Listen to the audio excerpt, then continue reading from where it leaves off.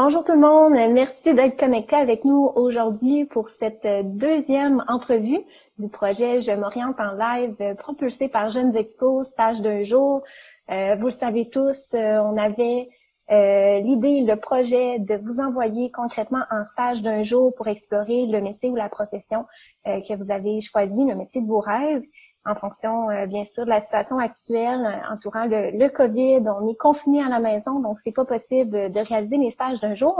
Toutefois, on a pris l'initiative à Jeunes Explo là, de créer le projet Je m'oriente en live pour quand même t'inciter là, à avoir un meilleur aperçu du métier, de la profession qui t'intéresse. Et c'est également une bonne opportunité pour toi là, de pouvoir éclairer ton choix de carrière scolaire professionnelle. Alors, mon nom, c'est Audrey-Anne Cloutier. Je suis chargée de projet à l'organisme Jeunes Explo. Et c'est moi aujourd'hui qui va animer l'entrevue. Donc, on est ici avec Monsieur Étienne Bernier. Bonjour, Étienne. Bonjour. Ça va bien? Ça va très bien, merci, toi. Ben oui, super. Alors, Étienne, il est architecte de profession et puis il travaille actuellement chez ATEM D Architecture. Exact. Ben, je suis vraiment content de vous rencontrer tout le monde. J'aurais aimé ça vous recevoir dans mon bureau, ça aurait été plus accueillant. Donc là, vous êtes dans mon salon. Étienne, ça fait déjà quelques éditions là, que tu participes à Jeunes Explo. Pourquoi tu t'impliques avec nous? Ah ben parce que c'est toujours une super opportunité de partage et de rencontre. C'est vraiment un moment privilégié de se rappeler pourquoi on fait ce métier-là. On était il y a pas si longtemps, on était là. On était à la même place que tous ces jeunes-là, là, à se poser des questions, qu'est-ce qu'on va faire. Fait que cette espèce de partage-là, là, de passion, de répondre à des questions, c'est quelque chose qui est fascinant puis c'est un moment privilégié.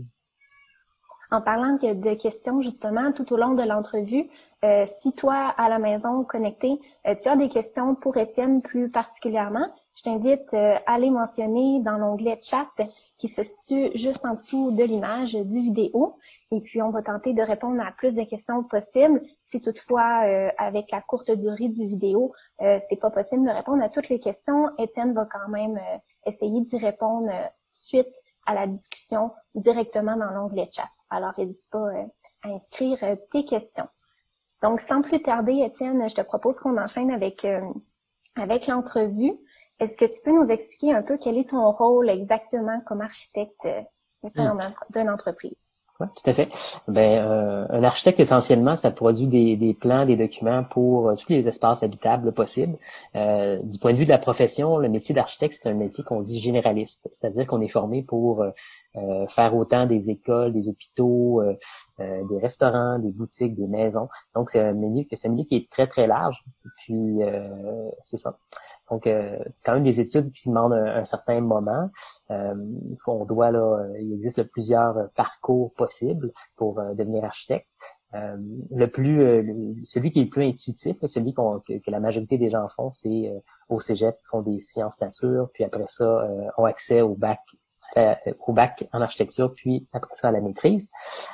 Puis ultimement, une fois qu'on a terminé ce processus-là, on doit faire des stages dans un bureau avant que la société nous donne le droit de passer un examen qui est assez costaud. Puis une fois que cet examen-là est fait, là, on peut devenir architecte, on a notre saut, on peut démarrer un bureau. Donc, c'est le parcours que moi j'ai fait. Mais il existe d'autres parcours alternatifs. On peut faire une technique en architecture, puis après ça, décider de devenir architecte ou avoir un parcours totalement différent. Puis si on a une expérience de travail ou une expérience un portfolio qui est intéressant, on peut avoir accès à l'université pour ça. Merci beaucoup. De façon concrète, est-ce que tu peux nous expliquer quelles sont tes tâches quotidiennes, une journée type comme architecte? Oui, tout à fait. C'est composé de plusieurs... en fait, chaque journée ne se ressemble pas. Puis ça, c'est vraiment un des aspects que je trouve passionnant de mon métier, c'est que chaque projet est différent, puis chaque journée est complètement différente. C'est vraiment pas répétitif comme boulot, on va dire. Mais globalement, il y a des étapes d'inspiration. Donc, des moments où est-ce qu'on va regarder différents projets. Disons qu'on reçoit une commande, disons, pour une école. On va s'inspirer, on va regarder des écoles au Québec, comment elles sont faites. Comment est-ce que dans les autres pays, ils l'ont pensé. Au Japon, comment c'est fait. À Copenhague, comment ça se passe. Puis, on va s'inspirer un peu. Question vraiment de regarder toutes les possibilités qu'on pourrait créer pour concevoir cette architecture-là. fois que l'étape d'inspiration est faite, ben on a généralement, c'est une étape d'esquisse. Donc, on commence à faire des croquis. C'est une étape qui se fait là, vraiment en collaboration avec plein d'intervenants. Des intervenants qui sont au sein même du bureau, là, donc d'autres architectes, des stagiaires en architecture, des technologues ou des artistes tout simplement. Donc, à cette étape-ci, ben, on dessine ensemble de quoi ça pourrait avoir l'air le projet. Donc, toute cette étape-là de croquis, d'esquisse, ben, ça se fait à l'aide d'un crayon, ça se fait à l'aide de logiciels 2D comme AutoCAD, ça se fait à l'aide de logiciels 3D comme Revit. Ce sont des logiciels vraiment qui nous permettent de concevoir l'espace en 3 dimensions. Donc, ça, c'est une partie, disons, la partie créativité du projet. Une fois que le projet, on va dire qu'on l'a bien rêvé, on doit le présenter au client. Donc là, on fait des présentations qui sont souvent... parfois, c'est des très, très grosses présentations avec des maquettes, avec des images 3D. Des fois, c'est des présentations plus modestes à l'aide de croquis, donc c'est plus simple. Une fois que le client adhère à la vision du projet, généralement, en fait, il y a un échange. Ça se fait pas du premier coup. Le client a des besoins, le client a des questions. Nous, notre rôle, c'est de bien comprendre les besoins puis de les représenter dans le croquis. Si par exemple la personne nous dit j'ai besoin de 3 chambres puis qu'on en dessine juste 2, ben là, il faut qu'on ajuste notre croquis. Donc, ça fait partie un petit peu du travail au début. Par la suite, on doit faire des documents qui sont plus techniques. Ces documents-là nous permettent d'obtenir les permis de construire dans les diverses municipalités. Nous permettent également de collaborer avec d'autres corps de métier, avec des ingénieurs en structure, des ingénieurs en mécanique, des ingénieurs en civil également. Les ingénieurs civils, c'est ceux qui pensent au raccord avec les systèmes de la ville, puis également là, tout ce qui est par rapport à la capacité portante d'un sol. Donc, c'est un petit peu plus technique. Puis, ultimement, on va en appel d'offres. Donc, c'est-à-dire que on invite les entrepreneurs en construction à regarder les plans et à nous soumettre un prix. Puis après ça, on choisit avec qui on va construire le projet. Puis, ultimement, une fois que ça s'est fait, c'est une longue explication, je m'excuse. Le projet démarre, donc ça commence au chantier. Donc là, à ce moment-là, on dessine moins, on est plus des surveillants. Donc, on va au chantier, on vérifie si l'entrepreneur est en train de d'exécuter correctement ce qui a été prévu au plan. Évidemment, tu sais, des plans, ce sont des projections de ce que ça pourrait avoir l'air. Puis lorsqu'on arrive dans la vraie vie, parfois il y a des modifications. Sur le plan, on imaginait que ça allait être de telle manière, là, on réalise que c'est pas possible de le faire, ou il existe une autre manière de le faire. Donc là, on s'adapte. Notre rôle au chantier devient un rôle de supervision, de validation. Puis après ça, une fois que le projet est complété, on célèbre, on est content. Ça a pris, dépendamment de l'ampleur du projet, ça peut être très long, ça peut prendre quelques années. Puis par la suite, on essaie de faire des études pour voir si le projet finalement répond bien aux besoins. Puis si le client est content. Je comprends ton premier témoignage disant qu'il n'y a pas une journée qui se ressemble. Effectivement, je comprends qu'il y a plusieurs étapes. Il y a beaucoup de communication, travail d'équipe aussi dans chacune de ces étapes-là. Donc, c'est super intéressant.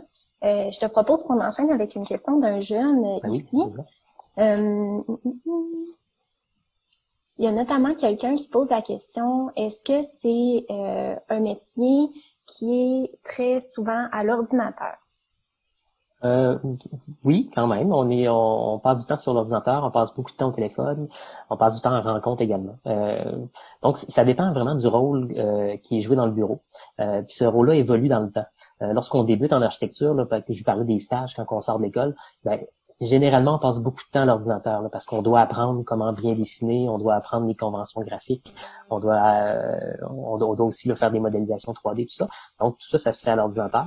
Par contre, on travaille en équipe, donc on est constamment en train de se lever, d'aller rencontrer des gens, rencontrer des clients, aller sur des sites, parce que des fois, ce ne sont pas des bâtiments neufs, des fois, c'est des bâtiments existants qu'on doit agrandir ou qu'on doit rénover.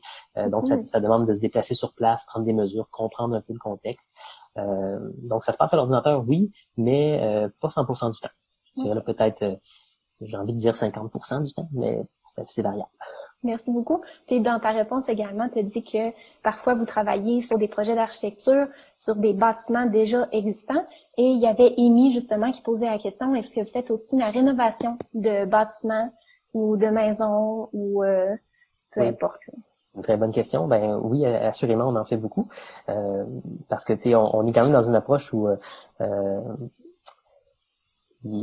la ville existe déjà, elle est déjà construite, il existe déjà des écoles, il existe déjà des hôpitaux, il existe déjà des maisons. Donc là, il faut les rénover, ces bâtiments-là, parce que des fois, ils ne répondent plus aux besoins, ou parfois, c'est un bâtiment qu'on convertit en autre chose. Ils ont une vieille usine qui devient un skatepark, par exemple. Fait que c'est très variable, là. Puis ben, ça serait un peu ridicule de constamment démolir pour reconstruire. On a une conscience écologique derrière ça, puis si on peut recycler des bâtiments, c'est une bonne idée. C'est certain.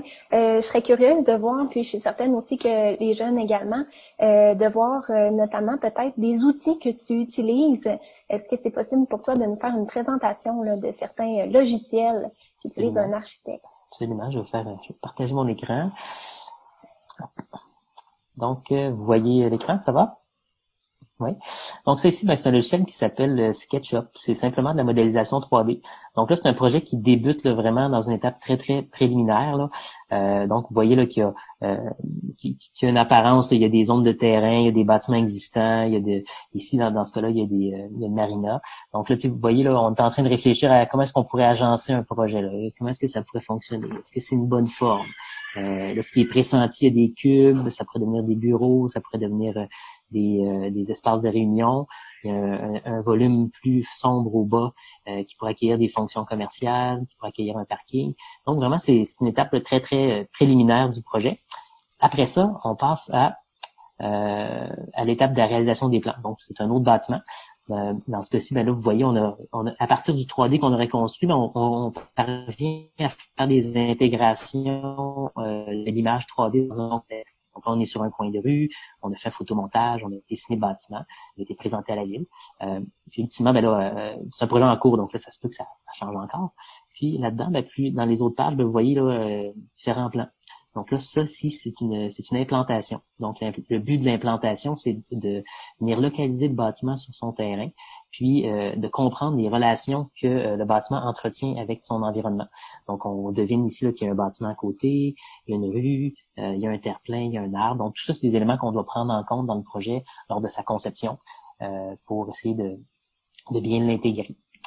Par la suite, dans ce cas-ci, il y a un plan de stationnement, donc il faut prévoir des cases de stationnement, des escaliers, des ascenseurs, des allées d'accès. Puis, dans les étages, si on monte dans les étages supérieurs, par exemple, là, vous voyez ici, là, ça devient, c'est un édifice d'habitation. Donc, il y a des corridors communs, il y a des chambres, il y a je vais zoomer un petit peu pour que vous voyez bien. Donc là, vous voyez, là, c'est un petit logement. Là. Il y a la porte principale, il y a la petite cuisine, il y a un espace ouvert qui sert un peu de salon, salle à manger. Il y a une chambre avec un lit double, puis une petite salle de bain annexée à l'espace. Donc vraiment, puis à cause de la forme du projet, j'ai choisi ce projet-là parce qu'il y a une forme très particulière. C'est pas un projet qui est carré. Puis évidemment, c'est en fonction de la ville. Les rues étaient déjà là, le terrain était là. Donc là, on doit avoir un bâtiment qui a une forme un petit peu atypique. Puis notre rôle, c'est un peu là, de jouer avec la géométrie, d'essayer d'optimiser l'espace, essayer de s'organiser pour que l'espace soit agréable pour ceux qui vont l'habiter. Donc ça, je vous présente les plans. Puis après ça, on doit dessiner les façades du bâtiment. Donc là, à ce moment-là, on prévoit là, ici, c'est une façade très répétitive. Parfois, c'est un petit peu moins répétitif que ça. Donc là, on indique les matériaux de la brique. On va indiquer là, qu'il va y avoir une fenêtre, qu'il va y avoir un garde-corps, tous ces petits détails-là. Puis ultimement, après, on doit rentrer dans des détails plus techniques.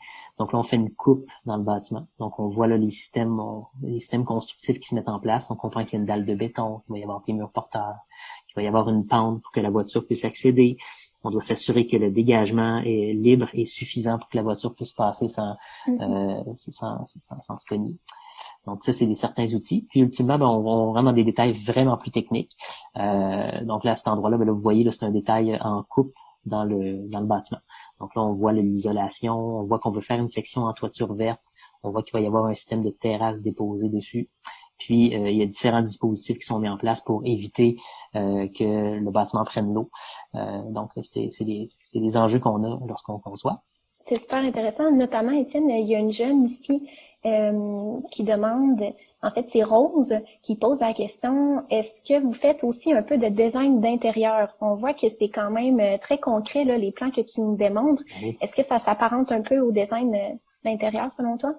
Effectivement, ben c'est vraiment deux volets distincts là, distincts qui sont très très près l'un de l'autre là. Nous, on fait beaucoup de design intérieur, on fait beaucoup d'aménagement. J'ai pas préparé de visuel d'intérieur, mais je pourrais peut-être en envoyer là, dans le chat par la suite là, des exemples de projets qu'on fait. Donc vraiment à ce moment-là, plutôt que de travailler sur l'enveloppe extérieure, on va s'intéresser à l'intérieur. Donc les tables, les chaises. Justement dans ce projet-là, tu sais, tantôt je vous montrais les exemples des espaces habitables.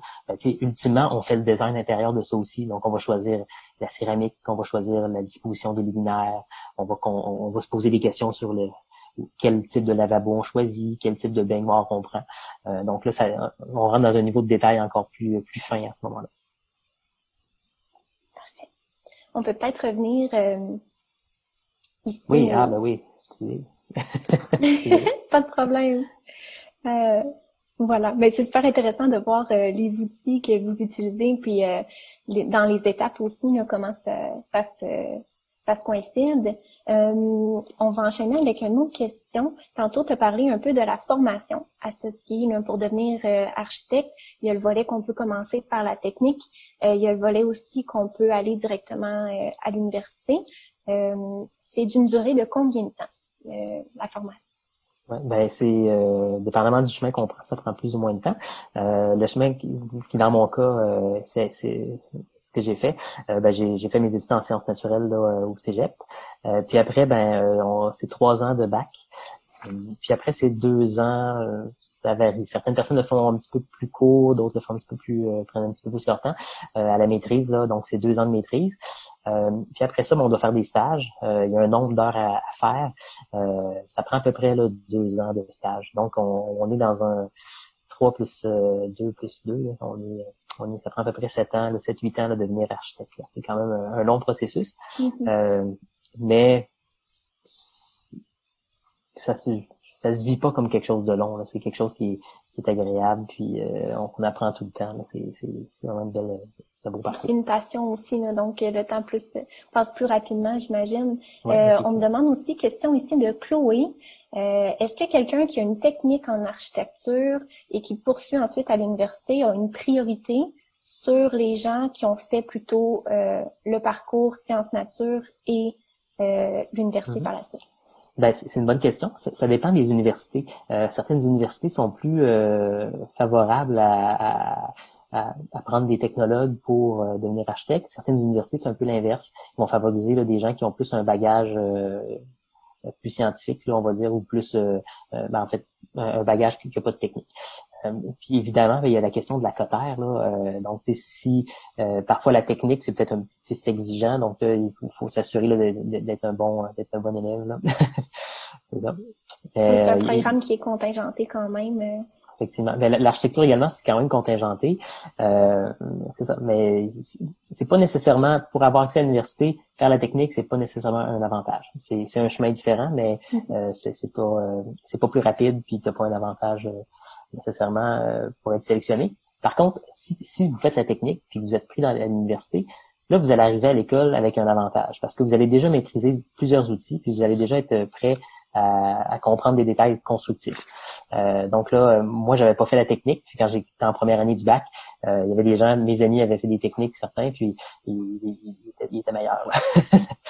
Après ça s'est rétabli. Mais tu sais, la première année, je l'ai eu rough. C'est certain, si on a déjà eu une initiation à l'architecture, à la technique, j'imagine que ça facilite effectivement les premières notions vues à l'université, c'est certain.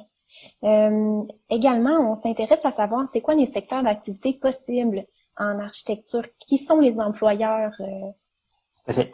Le premier employeur, ce sont les bureaux d'architectes. Il y en existe beaucoup au Québec. Puis en ce moment, c'est un milieu là, qui est assez florissant. Là. Il y a beaucoup de travail, il y a beaucoup de choses à faire. Donc, dans un bureau d'architecte, vous appliquez, vous déposez un CV. Puis ultimement, lorsque vous êtes aux études, les étés, vous essayez de vous trouver un emploi dans un bureau.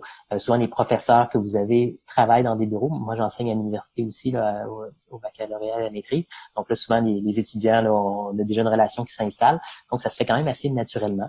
Donc ça, c'est l'option la plus évidente. Bureau d'architecture, on parle d'un secteur qui est privé. pour... Oui, qui est privé, OK, tout à fait. parfait. Il existe aussi des organismes publics, là. Les villes engagent des architectes, le gouvernement engage des architectes. Il y a également d'autres types d'institutions qui engagent des architectes. Donc, vous pouvez appliquer dans ces institutions-là. Par institution, je pense à, disons, les universités, Hydro-Québec, par exemple. Il peut y avoir aussi là, on appelle ça la Société immobilière du Québec. Là. Donc, tous les bâtiments gouvernementaux ont besoin d'architectes. Donc, ça, c'est une option qui est possible aussi. Puis, moi, dans mon entourage, j'ai des gens qui ont fait des parcours en architecture, puis qui sont pas nécessairement devenus architectes. Il y en a qui ont parti des boîtes de design intérieur, d'autres qui ont vraiment commencé à faire du design d'objets.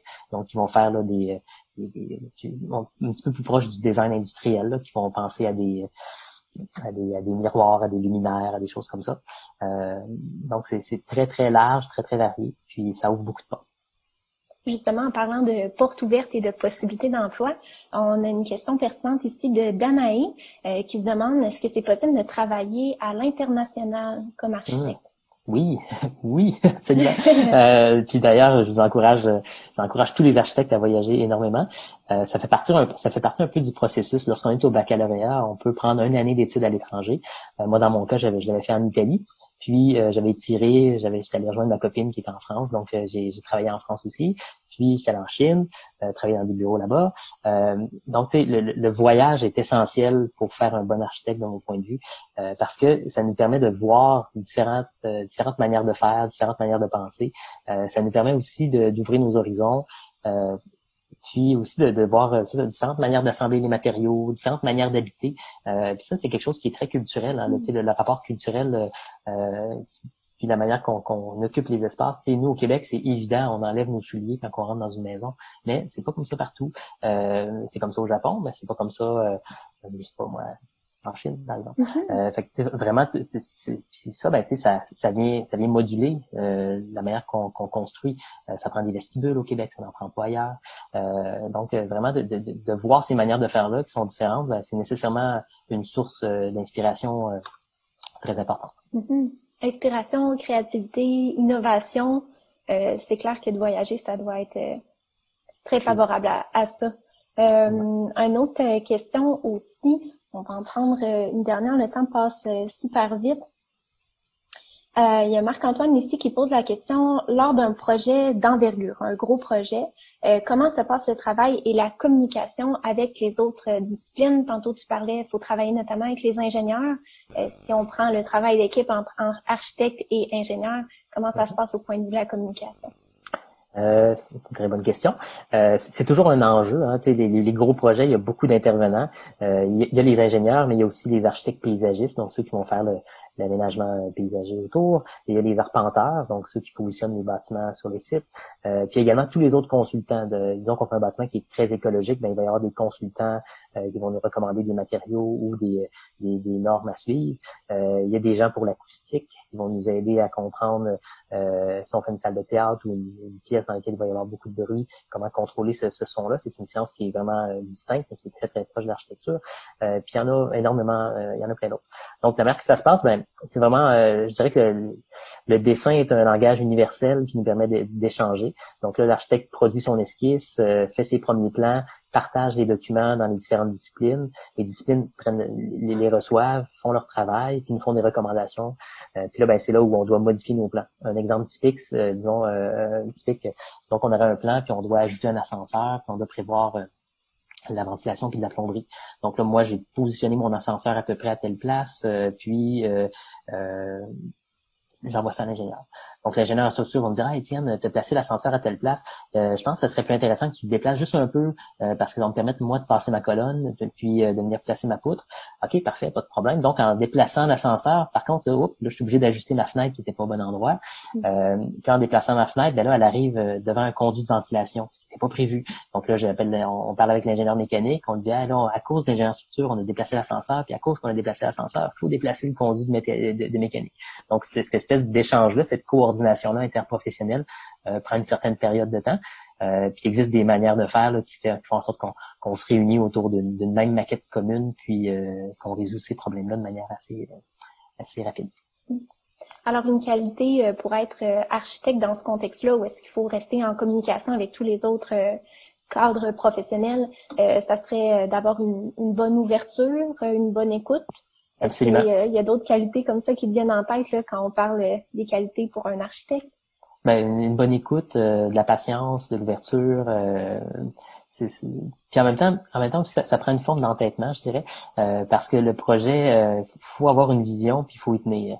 Donc là, ça faut être à l'écoute, il faut comprendre, puis ça, ben c'est vraiment, je dirais 90% du temps, mais il y a un petit 10% du temps où il faut parfois dire non, puis dire non, c'est beaucoup mieux comme ça, parce que là, si on fait tous les compromis pour que la structure fonctionne, que ça coûte pas cher, que ça soit vraiment économique et rapide. Ce qui risque de décoper, c'est la qualité de l'espace, puis la manière qu'on va l'habiter après. Donc, parfois, il y a des moments où on veut être généreux en architecture, puis prévoir des grands espaces dégagés. Puis, ben, effectivement, ça vient avec un lot de contraintes, puis, ben, faut tenir un peu notre bout, comme on dit. Ça, c'est le rôle de l'architecte. Certainement. Bon, eh bien, c'est déjà le temps là, de mettre fin à l'entrevue. Ça a passé très rapidement. Comme dit au début, là, si Étienne, tu peux accorder quelques minutes pour répondre aux questions peut-être là, dans les commentaires des jeunes, ce serait fort apprécié. Merci pour ton temps, ta participation aujourd'hui. Je suis certaine que ça a pu éclairer là, beaucoup de jeunes par rapport à leur parcours scolaire et professionnel. Puis je tiens à remercier également à tous les jeunes qui nous écoutent présentement. Je vous félicite d'avoir pris le temps de vous informer aujourd'hui. Et puis, si jamais vous voulez poursuivre l'expérience avec Je m'oriente en live, sachez qu'on va être de retour cet après-midi. Ça va être docteur chiropraticienne qui va être avec nous pour discuter de sa profession. Elle va être ici à partir de 13h30. Donc là-dessus, merci encore Étienne de ta participation. Ça fait plaisir. Et puis, je te souhaite une belle journée. Merci. Puis n'hésitez pas si vous avez des questions, vous pouvez m'écrire, ça me fera plaisir. Merci Étienne. Bonne journée. Au revoir. Bye bye.